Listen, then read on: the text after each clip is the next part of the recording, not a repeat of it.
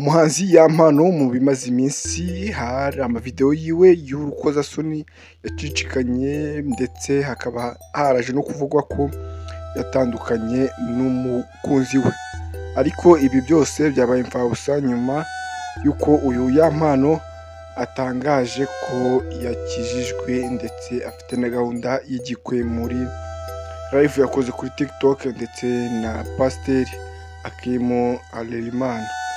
Tugiye kurebera hamwe rero ibyaranze iyi gahunda ndetse n'uburyo bimeze muri rusange. Tujye kubana, nitwa Budabi ni Habineza TV, kora subscribe fungura kugira ngo ntihakagire ikiganiro cyacu na kimwe kigucika.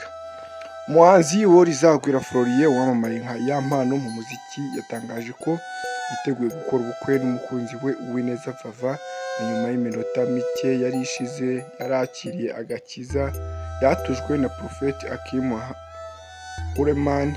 Ni mu kiganiro yagiriye ku rubuga rwa TikTok mu ijoro ryo kuri uyu wa kabiri tariki 27 Mutarama mwaka 2026, aho yagaragaje ibyishimo bye, urukundo afitiye Uwineza Vava ndetse n'icyizere cyo kubaka ejo hazaza heza.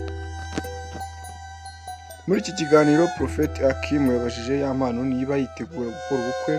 Yampano asubiza mu buryo bwuzuye ibyishimo ati yego rwose vuba aha. Prophet akomeza kumubaza amazina y'umukunzi we. Yampano asubiza ati njyewe ntabwo ngira abagore benshi, njyewe ngira umugore umwe bamwita Uwineza Vava. Akimu yahise avuga ko Uwineza Vava ari we mukunzi wa Yampano ndetse ashimangira ko batigeze batandukana. Ati abantu bari bazi ko batandukanye ariko ntabwo batandukanye. Imana yo mu ijuru barakundana, ni fiancé bakeneye kuzarwubaka vuba. Yampano avuga ko urukundo rwabo rudateye imbere mu buryo bworoshye ahubwo rwaranze n'ibigeragezo n'ibibazo bikabije, birimo amashusho yabo batera akabariro yasakaye ku mbuga nkoranyambaga n'ahandi.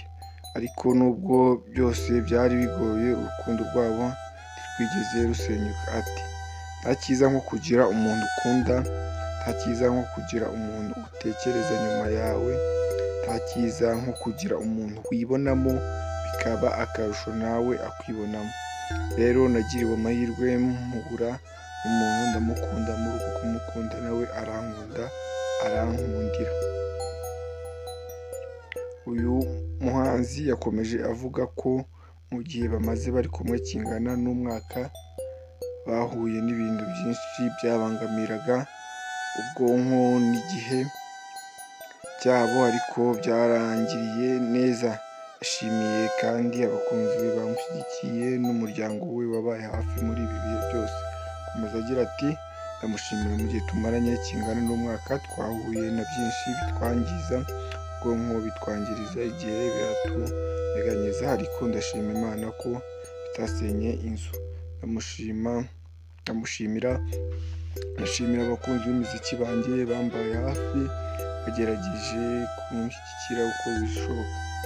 Ku bijyanye n'agakiza yakiriye, Prophet Akimu yasabye Yampano gusubiramo aya magambo yuje ukwemera. Yampano yasubiyemo aya magambo ati Data mwiza, mu izina rya Yesu, uyu munsi njyewe Yampano Florian Worizagwira nemeje umutima wanjye n'ubugingo bwanjye n'umutima wanjye n'ubwenge bwanjye. Ijambo rirambwira mu Baroma 10:9 ninatuza akanwa nkemeza umutima wanjye ko Yesu ari yapfuye akazuka, nzaba mbaye icyaremwe gishya, ibya kera bikarangira. Guhera uyu munsi unyandukure mu gitabo cy'urupfu, unyandike mu gitabo cy'ubugingo. Guhera uyu munsi unyandukure mu bagomba gupfa, imbabarire ibyaha byanjye, ibyo nakoze n'ibyo narokotse. Nongeye guca bugufi uyu munsi, nemeye kugenda mu nzira yawe mu izina rya Yesu, amen. Yampano avuga ko yakiriye agakiza, ko umuntu we kubu ari umutima we ubohotse kandi ko ari gutegura ubukwe n'umukunzi we Uwineza Vava. Ibi byerekana ko umuhanzi yitegura gushyira imbere urukundo, umuryango ndetse n'ukwemera mu buzima bwe. Byose bikaba bitanga isomo ku bakunzi be n'abamukurikira. Ndabashimiye rero mwese twabanye, njye nari Abu Dhabi, ni Habineza TV, Home of News for Happiness.